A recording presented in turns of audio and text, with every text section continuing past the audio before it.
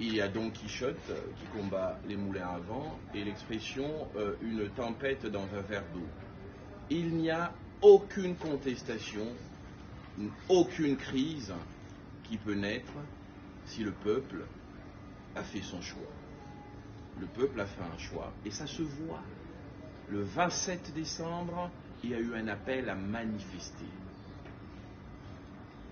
Zéro. Les Congolais ne suivront pas, ne suivent pas. Ils attendent que leur président soit proclamé, que leur président prête serment et qu'ils se mettent au travail pour casser la gueule à Kagame. J'utilise cette expression assez triviale parce que c'est ce que le président a dit. Les Congolais veulent voir leur président en finir avec M. Kagame. Voilà ce que les Congolais attendent. Ils n'attendent pas les conciliabules de salon. Lorsqu'on dit au président de tendre la main, c'est dans une logique de rassemblement, mais pas de partage de gâteaux. Ils veulent de la verticalité, les Congolais, dans la gestion du pays et de la cohérence. C'est pour ça que ce score ressemble à un tsunami électoral. Voilà la vérité. Il n'y a pas de crise en République démocratique du Congo et il n'y en aura pas. La seule raison pour laquelle le président de la République doit tendre la main, c'est parce que lorsqu'on est élu président de la République au suffrage universel direct notamment, on devient le président de tous les Congolais. C'est parce que dans un contexte de guerre, il est toujours de bonne loi d'aller vers les frustrés pour les empêcher, ne serait-ce que par la volonté, la bonne volonté manifestée, de sombrer dans l'extrémisme et dans l'erreur de se jeter dans les bras de l'ennemi de la nation au risque de devenir des apostats, des parias. L'article 64 de notre Constitution est une hydre à plusieurs têtes. Chacun y va de son intérêt. Mais précisément, ici, l'article 64, ceux qui doivent l'appliquer sont ceux qui ont gagné et qui sont avec le peuple congolais, par rapport à ceux qui veulent enjamber la volonté du peuple congolais. C'est ça l'article 64. L'article 64 est du côté du peuple. Et aujourd'hui, les résultats, la majorité écrasante des Congolais se sont agglutinés derrière leur président de la République, qui est Félix-Antoine Tshisekedi. Donc s'il y a un article 64 qui doit s'appliquer, ce serait le peuple congolais qui se leverait pour mettre en minorité ses opinions de division, ces opinions stipendiées par l'étranger qui voudraient profiter de la période sensible des publications de résultats pour créer des fissures et des brèches dans le ciment, dans le béton de l'unité nationale, alors que le pays est en guerre. Je ne sais pas, docteur, vous avez peut-être quelque chose à ajouter, hein, docteur Bamba. Oui, je voudrais renchérir là-dessus pour dire, madame, que le véritable rempart d'ailleurs contre cette mésaventure de l'opposition, ça n'est peut-être pas la virilité de nos forces de l'ordre. Moi j'ai été directeur de campagne, j'ai sillonné près de 500 bureaux de vote et je peux vous dire que j'ai vu la mobilisation du peuple congolais pour le candidat numéro 20. Lorsque vous rencontrez à 23h, à minuit, des femmes enceintes, des vieillards qui étaient décidés d'aller voter pour leur candidat, je pense qu'en réalité, le véritable rempart contre cette mésaventure de l'opposition, c'est plutôt le peuple congolais qui a fait clairement le choix du président Félix-Antoine Tshisekedi.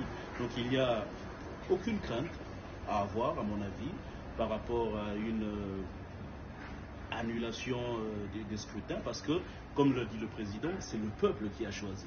Et lorsque le peuple il choisit, eh bien, il n'y a aucune annulation à craindre.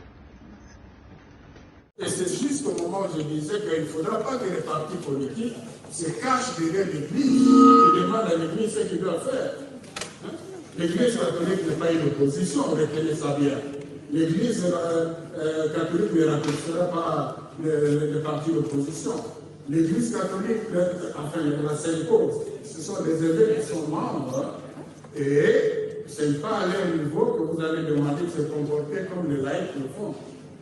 Ils respectent les laïcs dans leur position Ils me disent qu'il faut mettre ce qu'ils doivent faire et ils comprennent que, comme citoyens, ils ont aussi un mot à dire dans la scène. Donc je crois que ça fait une idée là.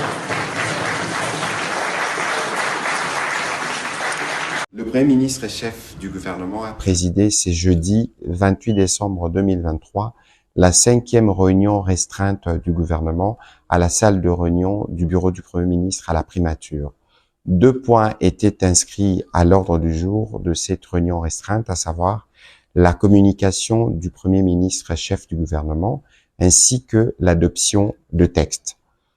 La communication du Premier ministre et chef du gouvernement a porté d'abord sur les vœux qu'il a partagés avec les membres du gouvernement présents au cours de cette réunion, pour la plupart revenant de la période de campagne électorale. Ensuite, le Premier ministre est revenu sur les cas des inondations et des glissements de terre que l'on a observés dans les villes de Kananga, Kinshasa et dans plusieurs villes riveraines du fleuve Congo à travers le pays. Et à ces propos, il a donné la parole au ministre de la Solidarité et des Affaires humanitaires, ainsi qu'au ministre d'État, ministre des Infrastructures, qui ont été aussi associés à cette réunion restreinte.